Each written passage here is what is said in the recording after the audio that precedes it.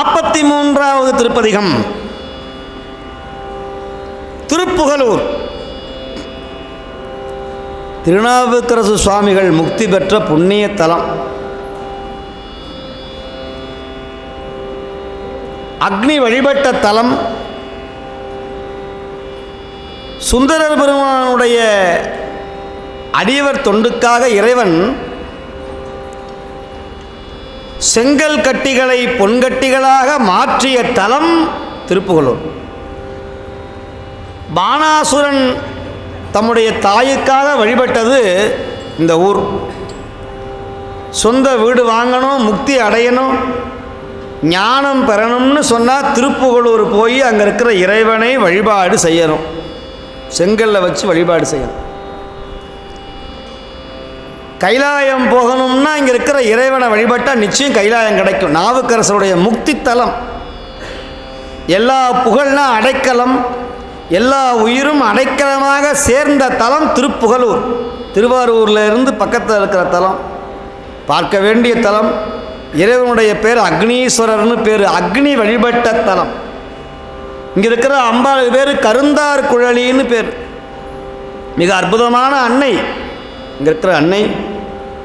அப்பேற்பட்ட தலம் நம்முடைய திருக்கைலாய பரம்பரை வேளாக்குறிச்சி ஆதீனத்திற்கு சொந்தமான புண்ணிய தலம். சுந்தரர் பெருமான் இந்த ஊருக்கு வந்தார். வந்தபோது அவர் நேராக இறைவன்கிட்ட போய் அடியாருக்கெல்லாம் தொண்டு செய்யணும், நிறைய பணம் வேணும்னு கேட்டார்.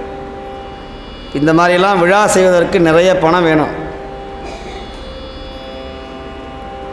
மனம் இருக்கிறவங்கள்ட்ட பணம் இருக்கிறது இல்லை, செல்வம் இருக்கிறது இல்லை. சிந்தையின் நிறைவே செல்வம்னார் குமரகுருபர சுவாமிகள். பணம் செல்வம் இருக்கிறவர்கள்ட்ட வழங்கக்கூடிய எண்ணம் பிராப்தி இருக்காது. அதற்கு பல்வேறு காரணம்லாம் உண்டு. அதெல்லாம் ஆராய்ச்சி பண்ண முடியாது. சூழ்நிலைகள், மனநிலை காரணம் இவையெல்லாம். அந்த மாதிரி இந்த செல்வம் என்பது இறைவன் கருணையினால் வரணும். இந்த செல்வத்துக்கு பேரே அதிலேயே இருக்குது. செல் அப்படின்னா என்ன? இங்கிலீஷில் கோ. தமிழில் வம் அப்படின்னா என்ன? இந்த ஆங்கிலத்து தமிழுக்கு நிறைய உண்டு. தமிழில் வம்னா வா, இங்கிலீஷில் கம். தமிழில் என்னங்க? வான் கூப்பிட்றதுக்கு வம், இங்கிலீஷில் கம். பாருங்கள். இப்போ செல் வம், போ வா, இதுதான் அர்த்தம். இப்போ செல்வம் என் கையில் இருக்கும் 100 ரூபா நோட்டு, அப்புறம் உங்கள் கைக்கு போயிடும். அப்புறம் அங்கேருந்து திரும்பி அங்கே வரும், அங்கேருந்து அங்கே போகும், அங்கேருந்து. இதுக்கு பேர் போகும் வரும், போகும் வரும், போகும் வரும். அதுதான் செல்வம்னு பேர். கூத்தாட்டு அவைக்குழாத்தற்றே பெருஞ்செல்வம் போக்கும் அது விழிந்தற்றுனார் வள்ளுவ பெருமான். ஒரு கூத்து கொட்டாயி அப்படின்னா புரியாது. சினிமா தேட்டரு அப்படின்னா புரியும். ஒரு சினிமா தேட்டரில் ஒரு காட்சி வருகிறது. காலை 10 மணிக்கு காட்சி துவங்குறாங்க அப்படின்னா என்ன பண்ணுவோம்? எல்லாரும் 9 மணிக்கு எல்லாம் புறப்பட்டு, சில பேர் டிக்கெட்டு முன்னாடியே வாங்கிடுவாங்க, சில பேர் அங்கே போய் வாங்குவாங்க, சில பேர் ஆன்லைனில் புக் பண்ணுவாங்க. புது படமாக இருந்தால் 1 மாதத்துக்கு முன்னாடியே வாங்கிடுவான். எல்லாம் போய் டிக்கெட்டு வாங்கி ஒவ்வொருத்தராக போவாங்க. அதாவது 10 மணிக்கு படம்னா 9 மணிலேருந்து கதவை திறந்து விட்டுருவான். சில பேர் ரொம்ப ஆர்வம் மிகுதியாக 8 மணிக்கே வந்து உட்காந்துக்குவான். என்னுடைய தலைவருடைய படம் வந்துருச்சு. ஒன்று உட்காந்துக்கிட்டு அங்கே இருக்கிற நியூஸ் எல்லாம் பார்த்துக்கிட்டு வந்து 8 மணிக்கு ஒருத்தர் வருவான், ஒருத்தர் 8:15 வருவார், ஒருத்தர் 8:30 வருவார், ஒருத்தர் 8:40 வருவார், ஒருத்தர் 9 மணிக்கு வருவார், ஒருத்தர் எழுத்தெல்லாம் போட்டோன்னே வேகமாக விறுவிறுத்து போய் வெளியே வருவார். என்ன சார் படம் போட்டாங்களா சார் அப்படின்னு.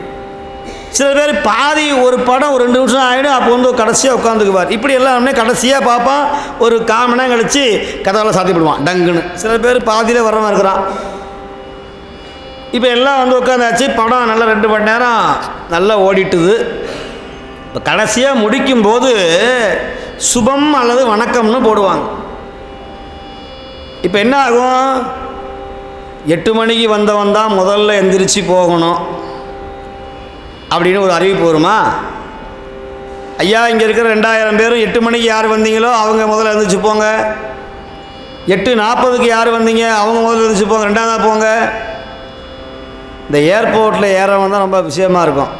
எக்கனாமிக்ஸ் கிளாஸில் வரவங்களாம் முதல்ல நில்லுங்க, பிஸ்னஸ் கிளாஸில் வரவங்களாம் தனியாக நில்லுங்க அப்படிம்பான். முதல்ல அவனை ஏற்று தான் அடுத்தவனை ஏற்றுவான்.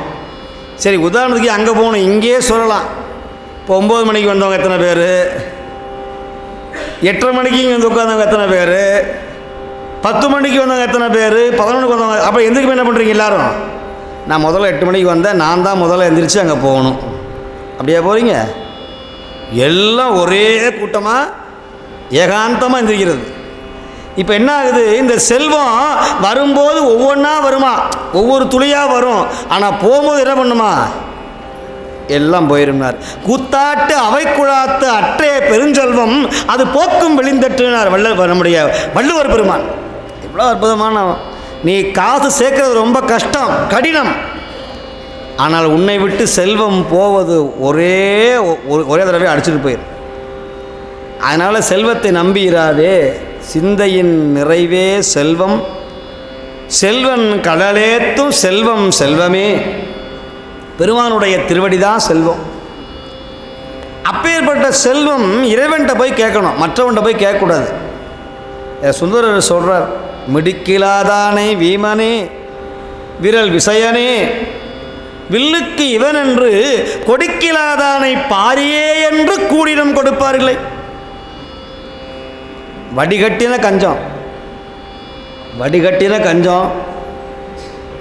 அவன்கிட்ட போய் கேட்குறான், வட்டிக்கு பணம் கொடு, என் பிள்ளைக்கு எப்படியாவது சீட் சேர்க்கணும். உடனே அவர் வாங்க வாங்க வாங்க வாங்க உட்காருங்க, காபி சாப்பிட்றீங்களா, பூஸ்ட் சாப்பிட்றீங்களா, போன்விட்டாவா, ஆர்லிஸா, ஜூஸா, லெமன் ஜூஸா, வெறும் தண்ணீரா, காப்பியா, டீயா, வரட்டீயா, க்ரீன் டீயாம்பார். ஆனால் ஒன்றும் தரமாட்டார், ஒன்றுமே கடைசி வரைக்கும் தரமாட்டான். இவன் கடைசியில் அதெல்லாம் இருக்கட்டுங்க, ஏன் தெரியும் இவனுக்கு தரமாட்டான்னு சொல்கிறவன் கேட்க மாட்டான், முதல்ல கொடுத்து தான் சொல்லணும். அங்கே ஊரில் வழக்கம் உண்டு, சாப்பிட்றீங்களான்னு கேட்டால் கோச்சுக்குவாங்க. தமிழர் பண்பாடு கிடையாது. சாப்பிட்றீங்களாங்க அப்படின்னா அடுத்த வார்த்தை என்ன வரும், ஊன்னு சொல்லுவாங்களா, இல்லைங்கன்னு சொல்லுவாங்க. திரும்ப 2வது தடவை கேட்கணும், இல்லை நீங்கள் சாப்பிடுங்கன்னு சொல்லணும். அப்படி கேட்டால் தான் சாப்பிட்ணுமா. உண்ணீர் என்று பரிந்து ஊட்டாதார் மனையில் உண்ணாமை 1 கோடி பெறும். 2 தடவை சொல்லணுமா, சாப்பிட்றீங்களா அப்படி கேட்டக்கூடாது. சாப்பிட்றீங்களா அப்படின்னு கேட்கணும். கண்டிப்பாக நீங்கள் சாப்பிடணுங்க அப்படின்னு சொல்லணும். சாப்பிட்றீங்களான்னு கேட்கக்கூடாது, கண்டிப்பாக நீங்கள் சாப்பிட்டு தாங்க போகணும் அப்படின்னு சொல்லணும். இதாங்க எங்கள் குடும்ப வழக்கம், வாங்கய்யா சாப்பிடுங்க ஐயா அப்படின்னு சொல்லணும். சாப்பிட்டு தாங்க போகணும், அப்படி சும்மா போகக்கூடாதுங்க அப்படின்னு சொன்னால் நாளைக்கு நீங்கள் போகும்போது அதே உபச்சாரம் உங்களுக்கு வரும், திரும்பி வரும். நமக்கும் பசியோடு போகும்போது ஒரு சந்தர்ப்பம் வரும், அவரே நிற்பார், அப்புறம் எப்போ கிளம்புறீங்க அப்படின்னு கேட்டுருவார். ஏன்னா நீங்கள் அப்படி தான் வச்சுருக்குறோம், நம்ம வேச்சது தானே வரும். கத்திரிக்காயை போட்டு மாங்காயாக வரும், கத்திரிக்காயை போட்டு வெண்டைக்காயாக வரும், என்ன போட்டோமோ அதுதான் வரும். இதுவும் திருமந்திரம் சொல்லுது, கழுதும் காயை விதைத்து பாகற்காயை காணாமேனார். எங்கே கத்திரிக்காயை போட்டு பாவக்காயை பார்க்க முடியுமா, பாவக்காயை போட்டு கத்திரிக்காயை பார்க்க முடியுமா? நீ என்ன விதைக்கிறியோ அதுதான்ப்பா வரும். எற்பவம் தர்பயாமி, நீ எதை சொல்லுகிறாயோ, எதை விதைக்கிறாயோ, யாருக்கு என்ன கொடுக்குறியோ அதுதான் பல்மடங்காக வரும். அது நன்மையாக இருந்தாலும் சரி, தீமையாக இருந்தாலும் சரி. ஒருத்தனை பார்த்து நல்லா இருப்ப, சிவபெருமான் இருக்கிறார், கவலைப்படாதப்பா அப்படின்னு சொன்னால், நம்ம சோர்ந்து இருக்கும்போது யாராவது ஒரு கரம் வந்து அதே வார்த்தையை 1000 மடங்கு சொல்லும், நான் இருக்கிறேன் நீ ஏன் கவலைப்படுற. யாராவது துன்பத்தோடு வரும்போது அதெல்லாம் தெரியாது, உன் வேலையை பாரு, இதெல்லாம் உன் தலைவிதி, நீ செஞ்ச பாவம், கொஞ்சம் நம்ம ஆன அப்படின்னு ஏளனம் பேசும்போது அதே சூழ்நிலை நமக்கு வருகிற பொழுது அதை விட கடுமையான வார்த்தைகள் வரும். இதை எண்ணிக்கொள்ளுங்கள். மனதால், வாக்கினால், உடம்பினால் தயவு செய்து யாரையும் புண்படுத்தாதீங்க. ஐயா நீங்கள் எப்படின்னு கேட்கக்கூடாது.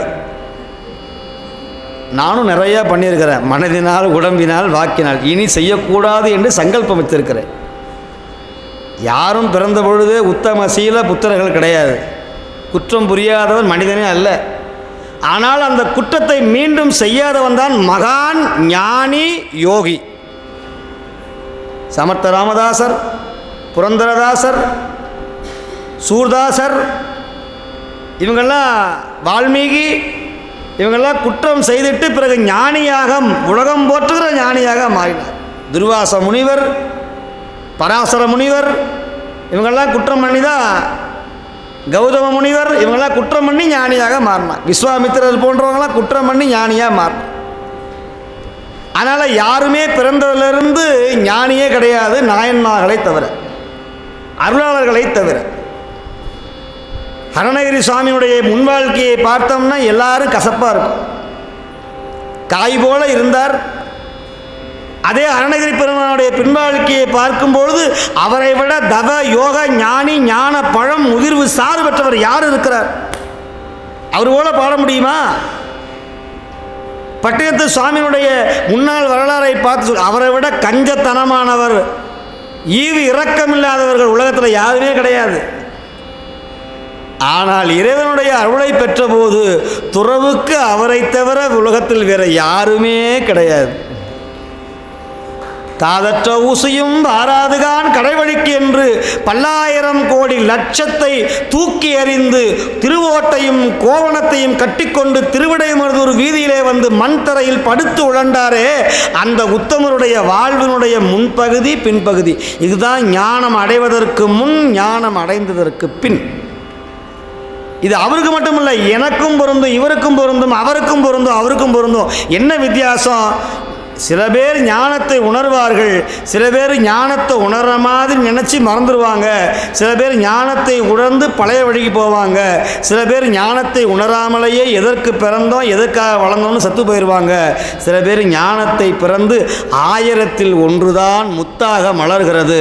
1000 துளி வானத்திலிருந்து விழுந்தாலும் சுவாதி அன்று, சுவாதி நட்சத்திரம் அன்று மழை பொழிய வேண்டும். அந்த மழையில் சிற்பியெல்லாம் கடல் மேலே இருந்து வாயை திறந்து காட்ட வேண்டும். அப்படி பெய்கிற மழைத்துளி அந்த சிப்பியினுடைய அகன்ற வாயில் வந்து சுவாதி நட்சத்திரம் அன்னைக்கு வந்து விழணும். அப்படி விழுந்த உடனேயே அந்த சிப்பி தம்முடைய வாயை மூடிக்கொண்டு கடலுக்கடியே போய் விழணும். அப்படி விழுந்த போது அது கருவாகி உருவாகி நத்தையின் வயிற்றில் முத்தாக மாறி வரக்கூடியதான் உண்மையான நல் முத்து, கடல் முத்து, சீதளமான முத்து. ஒரு முத்து உருவாவதற்கு இவ்வளவு வேலை நடக்குது, ஒரு ஞானி உருவாவதற்கு எத்தனை வேலை செய்ய வேண்டும் என்று பெருமான் தான் முடிவு பண்ணணும். அதனால் எல்லாரும் ஞானி கிடையாது. ஞானம் என்பது உலக வெறுப்பை எவன் உணர்கிறானோ அவன் தான் ஞானி. எது உண்மை, எது தீமை, யார் நன்மை, யார் தீமை என்கிற எவன் உணர்றானோ அவன் ஞானியாகிடுவான். அது யார் வேணாலும் இருக்கலாம், அவர் எந்த மதமாக இருக்கலாம், எந்த மொழி பேசுவராக இருக்கலாம். அதனால் இப்படி கஞ்சத்தனமாக வாழ்ந்து சொல்லுகிறார் பட்டகத்து சுவாமி. ஈயாத மனிதர் இருந்தன்ன போயன்னகான் கட்சி ஏகம்பனே, எட்டி பழுத்தன்ன பூத்தன்ன யாருக்கு பயன்? எல்லாம் ஊருக்கு நடுவே எட்டி மரம் பழுத்து இருந்ததுன்னா பிள்ளைங்களாம் போய் சாப்பிடுமா? செத்து போயிடும் அடுத்த நிமிஷம். நல்லா இவ்வளோ ஒரு பழமாக இருக்கும், பார்த்துருக்கீங்களா? எட்டி பழம் நல்லா செக்க செவேல்னு காய, அப்படி காயாக இருக்கும், பழுத்து இருக்கும், பார்க்குறதுக்கு அப்படியே கோவை பழம் மாதிரி இருக்கும். நீங்கள் ஆசையாக இருக்குன்னு சாப்பிட்டீங்கன்னா மேலே போயிடலாம், மேல் லோகம். கசப்போடு கூடிய விஷத்தன்மை உடையது எட்டி பழம், எட்டி காய். கசப்பு என்று கசப்பாக வேப்பங்கொட்டையை விட கசப்பாக இருக்கும். ஆனால் நல்ல மரம் அடர்த்தியாக இருக்கும், பழம் சடசடையாக பூக்கும். ஆனால் கிளிகள் கூட, குருவிகள் கூட திங்க முடியாது, செத்து போயிடும். எட்டி மரம் பழுத்தன்ன பூத்தன்ன காய். சில பேர் செல்வம் அப்படி தான். ஆனால் சில பேர் வாழை மரம் போல, பனை மரம் போல தன்னையே ஈத்து வைக்கும் பெரிதுன்பமுடைய உத்தமர்கள் இருக்கிறார்களே. அகழ்வாரை தாங்கும் நிலம் போல அதே தன்மை மரத்துக்கும் உண்டு. மாம்பழத்தை பறித்து திம்பான், அந்த மாம்பலகையை சுவைப்பான், அந்த மாமரத்தினுடைய கிளைகளை வெட்டி தம்முடைய வீட்டுக்கு போடுவான். அதே கோடரை எடுத்து அந்த அடிவேரை வெட்டும் போது அந்த மரத்தை வெட்டி வீழ்த்தினாலும் அதிலிருந்து ஊற்றாக ஒரு கிளை வந்து முளைத்து அதிலிருந்து ஒரு பழம் தருகிறதே மரம். அந்த மரத்துக்கு கூடிய நன்றி கூட மனுஷனுக்கு கிடையாது. மனுஷனாக பிறந்தால் ஒரு 4 மரத்தையாவது நட்டு வைக்கணும், மரம் வளர்க்கணும். அதனால தான் கோயிலில் தலை விருட்சம்னு வச்சாங்க, மரத்தை வெட்டாதப்பான்னு குளம் வெட்டி வச்சாங்க. நான் மீண்டும் சொல்லுகிறேன், தயவு செய்து மரச்சாமான்களை பயன்படுத்துவதை குறைத்து கொண்டு ஏனைய மாற்று வழிகளில் பயன்படுத்துவது சால சிறப்பு. மரம் வளரணும். மரம் இருந்தால் தான் மண் வளம் பெறும், மழை வளம் பெருகும், விவசாயம் பெருகும், இறைவனுடைய கருணை பெருகும். அதனால் மரம் வளர்ப்போம், பயன் பெறுவோம் என்று சொல்லி, கட்டாய சூழ்நிலை துறவிகள் சன்னியாசிகள் தான் செய்யணும். சமுதாய பணியோடு சமயப்பணி செய்தவர் சுவாமி விவேகானந்தர், சுவாமி சிவானந்தர், நாவுக்கரசர், ஞானசம்பந்தர், எம்பிரான் சுந்தரர், மணிவாசகர், இவங்கெல்லாம் சமுதாய பணியை செய்தார்கள், சமய பணியும் செய்தாருங்க. உதாரணம் திருவிழிமலை. நமக்கு என்ன போகுது, என் வயிறு நம்மலாம் சரி, அடுத்தவன் சாப்பிட்டா என்ன போனா என்ன, எனக்கு கூட்டு வந்துதா பொரியல் வந்துச்சா, நான் சாப்பிட்டேன் அப்பளம் வந்துருச்சு, அவருக்கெல்லாம் நமக்கு என்ன போகுது, இந்தாங்க உங்களுக்கு அப்பளம் வரலையா, என்னங்க பாதி சாப்பிட்டு நீங்கள் முதல்ல சாப்பிடுங்க அப்படிங்கிற விட்டு கொடுக்குற எண்ணம் கிடையாது. ஆனால் நாயன்மாருக்கு அப்படி அல்ல. தன்னுடைய துன்பத்தை காட்டிலும் அடியவர் துன்பத்தை நீக்க வேண்டும் என்பதற்காக திருவிழிமலையில் பல மாதங்களாக காத்திருந்து பஞ்சத்தை நீக்கிய அற்புதமான தலம் திருவிழிமலை. சமுதாய பணியை செய்தவர்கள் நாவுக்கரசர் பெருமான், ஞானசம்பந்த பெருமான். அப்படி சுந்தரர் சொல்லுகிறார், மிடுக்கிலாதானை வீமனே, நல்ல தேவாங்கு மாதிரி இருப்பான், எலும்பெல்லாம் தெரியும், ஆனால் கோடீஸ்வரனாக இருப்பான். அவங்கள்ட்ட போய் பிள்ளைக்கு கல்யாணத்துக்கு போய் இவன் எல்லாம் கேட்பான், இவன் சாப்பிட்றீங்களா சாப்பிட்றீங்களான்னு சொல்லுவான். கடைசி வரைக்கும் ஒன்றும் தரமாட்டான். இவர் கேட்பார், ஒன்றும் ஆகலைங்க, என் பிள்ளைக்கு கல்யாணம் வச்சுருக்கிற, அவசரமாக ஒரு 2 லட்சம் ரூபா பணம் வேணுங்க அப்படின்னு கேட்பான்.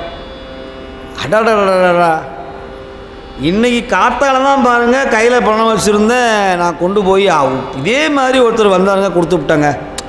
2 மணி நேரம் அவனை உட்கார வச்சு பேசிவிட்டு, அதான் ஔவையார் சொல்லுவார்கள், நாளைக்கு வா என்று சொல்பவனை விட இன்று இல்லை என்று சொல்பவன் உத்தமன். நாளைக்கு வாடான்னு சொல்கிறவனா பாவி, அதமோ அதமன். ஆனால் இன்றைக்கே இல்லைப்பா என்கிட்டன்னு சொல்கிறான் பாருங்க, அவன் உத்தமன். அந்த மாதிரி இப்படி எல்லாம் அடுத்தவனை புகழ்ந்து புகழ்ந்து வெறுங்கையோடு வராத, எங்கள் பெருமானை புகழ், எங்கள் பெருமானை பாடு, பாடுவார்க்கு பரிசு வழங்கக்கூடிய சிவனை பாடு, உன் வாழ்க்கை உயர்வாக இருக்கும், சிவனடியராக மாறிவிடு, உன் குடும்பத்தில் இருக்கிற எல்லா துன்பமும் நீங்கும். பல துன்பங்களுக்கு காரணம் அவங்கவுங்க செய்திருக்கிற வினை தான் காரணம். வினைனா செயல்னு பேர். கடன் தொல்லை ஏன் வந்து யோசிச்சு பாருங்கள், ஆசை தான் அதில் காரணமாக இருக்கும். வீடு கட்டணும்னு கடன் வாங்கினேன், ஏன் கடன் வாங்கி வீடு கட்டுற, குடிசை வீட்டில் இரு. இளையான் குடிமகனா குடிசை வீட்டில் தான் இருந்தார். மகாத்மா காந்தி குடிசை வீட்டில் தான் இருந்தார். எல்லாரும் சாதாரணமாக இருந்தாங்க. அப்போ என்ன ஆகுது, ஆசை வர்றதுனால துன்பத்திற்கு காரணமாகுது. துன்பம் மரணத்துக்கு போய் சேருது. அதனால் ஆசையை நான் நீக்கணும்னு சொல்ல வரல, குறைத்து கொள்ளுங்கள் என்று தான் நான் சொல்லுகிறேன். அப்படி என்னங்க பண்ணுறதுன்னா, இந்த பதிகத்தப்பான ஆசை குறையும். என்ன நீங்கள் தான் சொன்னீங்க, சொந்த வீடு கட்டுவீங்க, எல்லாம் பண்ணுவீங்க, இப்போ ஆசை குறையும்னு. உங்களுக்குன்னு நல்வினை இருந்தால் இறைவன் அருள் செய்வார்.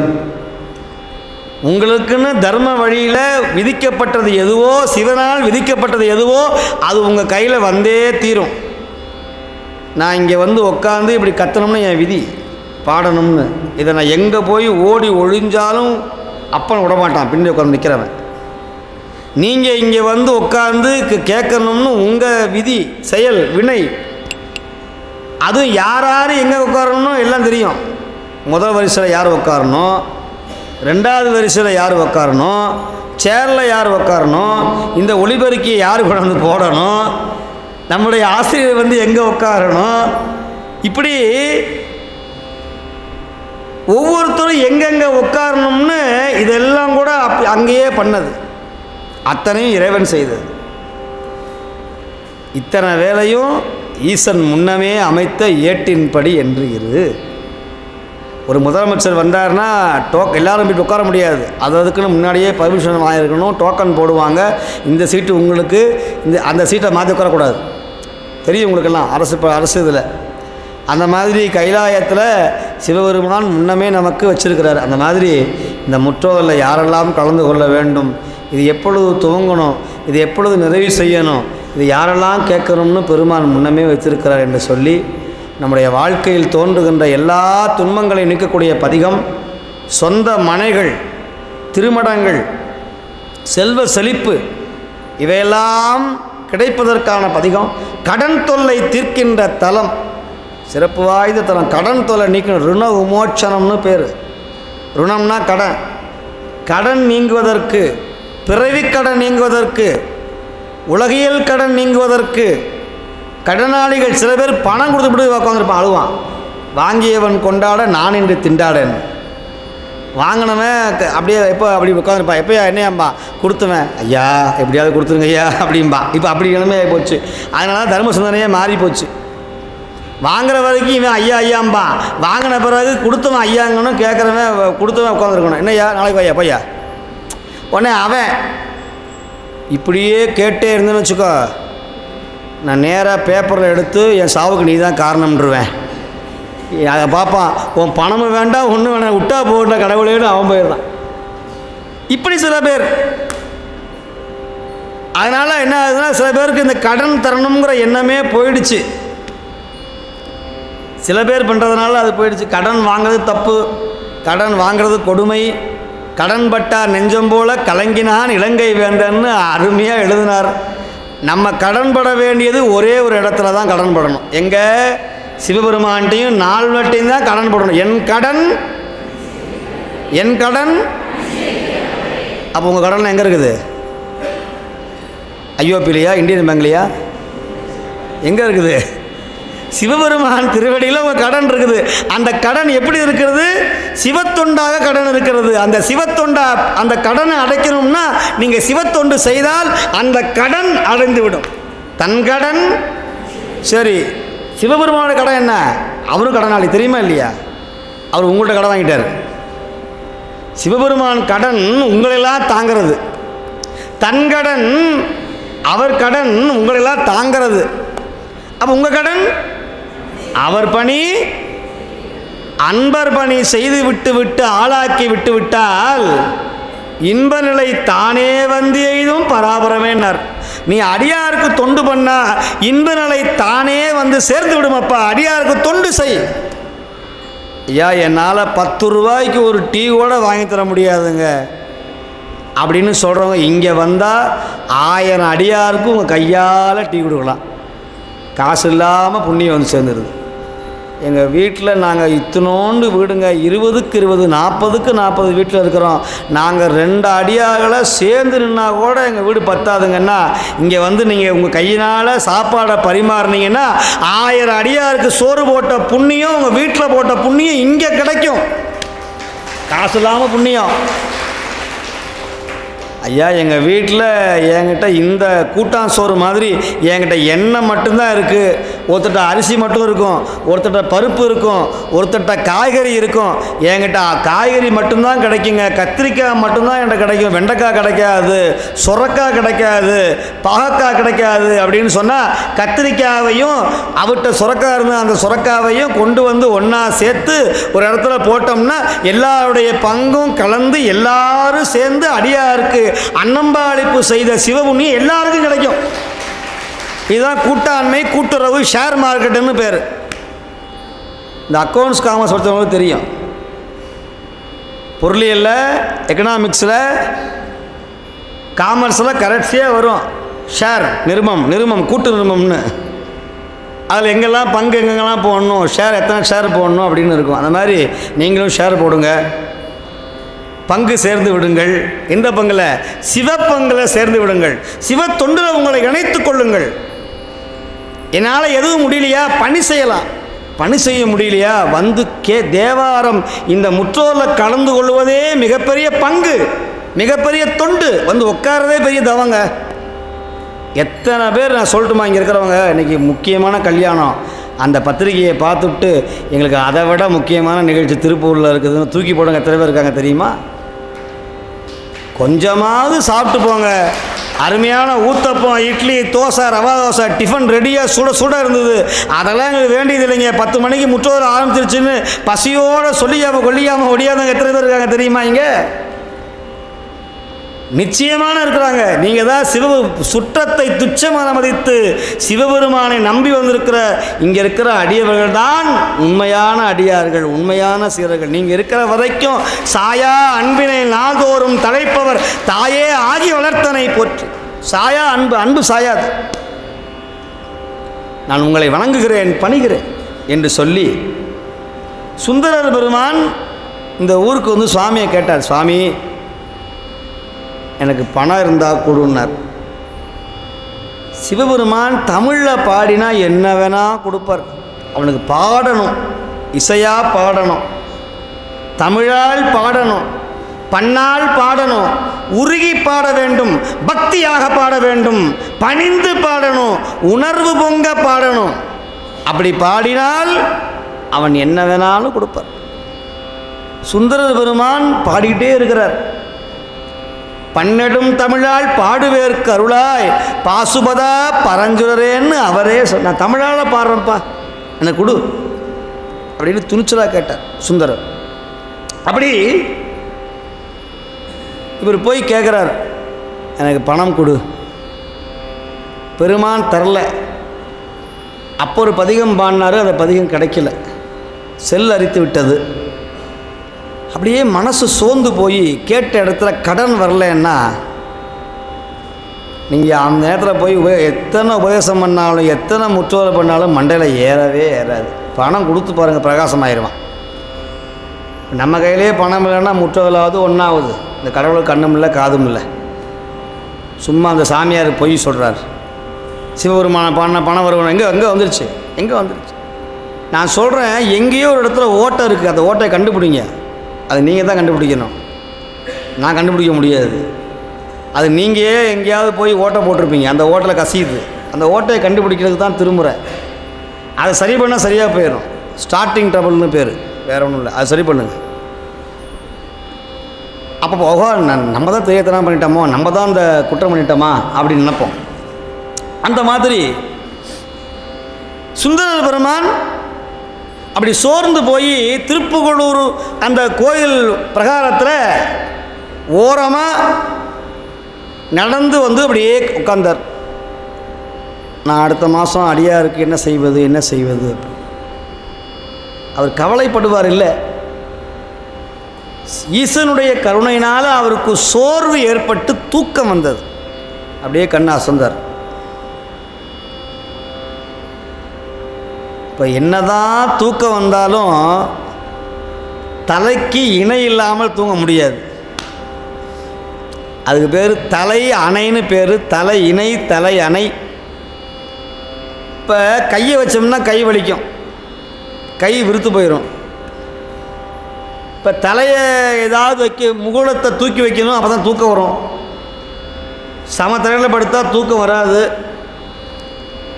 பக்கத்தில் திருப்பணிக்காக செங்கல் வச்சுருந்தாங்க, சுட்ட செங்கல். நல்ல பெரிய அந்த காலத்து செங்கல் இவ்வளோ பெருசு இருக்கும். அந்த செங்கலில் ஒரு 4 செங்கல், அப்படி 1 2 3 4 அப்படி செங்கலை வச்சு தன் தோளில் இருந்த துண்டை எடுத்து அப்படி 4ஆக மடித்து அந்த செங்கல் மேலே அப்படி போட்டு மூடிட்டு அப்படி தலையை வச்சு காலை நீட்டி படுத்துட்டார். ஒரு 2 மணி நேரம் கழித்து சூரியனுடைய முகத்தில் பளிர்னு அடிச்சது. பாப்பா ரொம்ப கண்ணை அசந்துடுறோமே. சிவசிவா சிவசிவான்னு வந்து திருநீரை பூசினார். பூசிவிட்டு ஆஹா நம்ம அடுத்த கோயிலுக்கு போகணுமே அப்படின்னு நினச்சிவிட்டு இந்த போத்தி இருக்கிற துண்டை பாருங்கள், அப்படி வெயில் படுத்து கொண்டு இருக்கிறது, அப்படி எடுத்தார் பாருங்கள். பளிர்னு இவர் கண்ணை பறிச்சது. எது? இந்த மண் செங்கல் இவர் கண்ணை ஜொலிச்சது. என்ன அப்படின்னு பார்த்தார் பாருங்க. 4 களிமண் செங்கல்லும் சுட்ட செங்கல்லும் தக தக தகன்னு பொன் கட்டிகளாக மாறியது, பொன் செங்கல்லாக மாறியது. நம்மளாக இருந்தால் வச்சமே ஒரு 1000 கல்லை வச்சு படுத்துருக்கப்படாதா தலைக்கு மேலே? ஒரு 4 கல்லையே வைக்கிறது. ஒரு நினச்சிருந்தோம்னா ஒரு லோடு கல்லை வாங்கி அடிக்கிருப்பனே, அடிக்க என் புள்ள ஒரு பக்கம், என் பையன் ஒரு பக்கம், என் மருமக, என் மச்சான், மாமன், அத்தனை பேரையும் படுத்து தூங்குடா அப்படின்னு தூங்க வச்சுவிட்டு எல்லா கல்லும் கப்பியாக மாதிரி உடஞ்சி போயிடும். ஆனால் பெருமான் என்ன பண்ணார், அந்த 4 கல்லும் சுந்தரர் பெருமானுக்காக தங்க கட்டிகளாக மாற்றினார். மண் கட்டி தங்க கட்டிகளாக மாற்றிய தலம் திருப்புகலூர். அதனால் நீங்களும் போய் 4 செங்கல்ல வச்சு துண்டை போத்தி படுத்திங்கன்னா அங்கே இருக்கிற நிர்வாகி வந்து ஓங்கி தலையிலேயே கொட்டி எந்திரிச்சு போன்றுவார். உங்களுக்கெல்லாம் சிரமம் இல்லாமல் சுந்தரர் சொல்கிறார், நீங்கள் இந்த வேலையே பண்ணாதீங்க. சில பேர் இப்படி தான் மாட்டிக்கிறான். ஒருத்தர் பரிகாரம் பண்ணால் அதையே பண்ணுறான். அவர் அந்த பரிகாரம் பண்ணார், அதனால தான் அப்படி ஆகிப்போச்சு. அவர் திருநள்ளாறு போனார், அவர் அங்கே செஞ்சார், இங்கே போனார். இதை அடுத்தவனை பார்த்து பார்த்து பார்த்து காப்பி அடித்து துன்பத்தை மீண்டும் மீண்டும் மீண்டும் செய்கிறோம். மருத்துவமனைக்கு போனால் யாராவது கேட்குறீங்களா, ஐயா உங்களுக்கு வயிற்று வலியா அப்படின்னு? நான் அங்கே ஒட்டுமா கேட்கறது இல்லை. ஓ, அவருக்கு வயிற்று வலி, எனக்கு நெஞ்சு வலி அப்படின்னு அங்கே மட்டும் போயிடுறோம். ஏன் அங்கே போய் ஒன்றா இருங்களாம் பார்க்கலாம். ஆனால் அந்த பரிகாரம் பண்ணும்போது மட்டும்தான் பிரச்சனை. அங்கே ஒரு சாமியார் வாக்கு சொல்கிறாரு, செத்து போன ஆவியோட பேசுகிறாரு. உடனே இந்த ஆள் போகும்போது எல்லாம் வாங்கி சோமபானம், சுறாபானம், ஊர்வனை, நீந்துவனை, பரப்பனை. உடனே குடிச்சு விட்டு அப்படிம்பார். உடனே அம்மா, தாயே, கடவுளே, நான் இதெல்லாம் மூட நம்பிக்கை. தயவு செய்து நான் மீண்டும் என்னையும் சேர்த்து சொல்லுகிறேன், தயவு செய்து திருமுறையை நம்புங்க. மனுஷனை நம்பாதீங்க, திருமுறை நம்புங்க, சிவபெருமானை நம்புங்க, சிவபெருமானை மட்டும் நம்புங்க. இந்த திருமுறையை ஓதுறதுனால நமக்கு இந்த பெருமை, அவ்வளோதான். இது பாகவத சம்பிரதாயம்னு பேர். வணங்குவது, திருநீர் தருவது சிவபெருமான் கரம், ஓதுவது சிவபெருமானுடைய அருள். அதனால் யாருனாலும் எதுவும் முடியாது. நல்ல ஞானிகள், நல்ல யோகிகள் தன்னை வெளிக்காட்டி கொள்ள மாட்டார்கள்.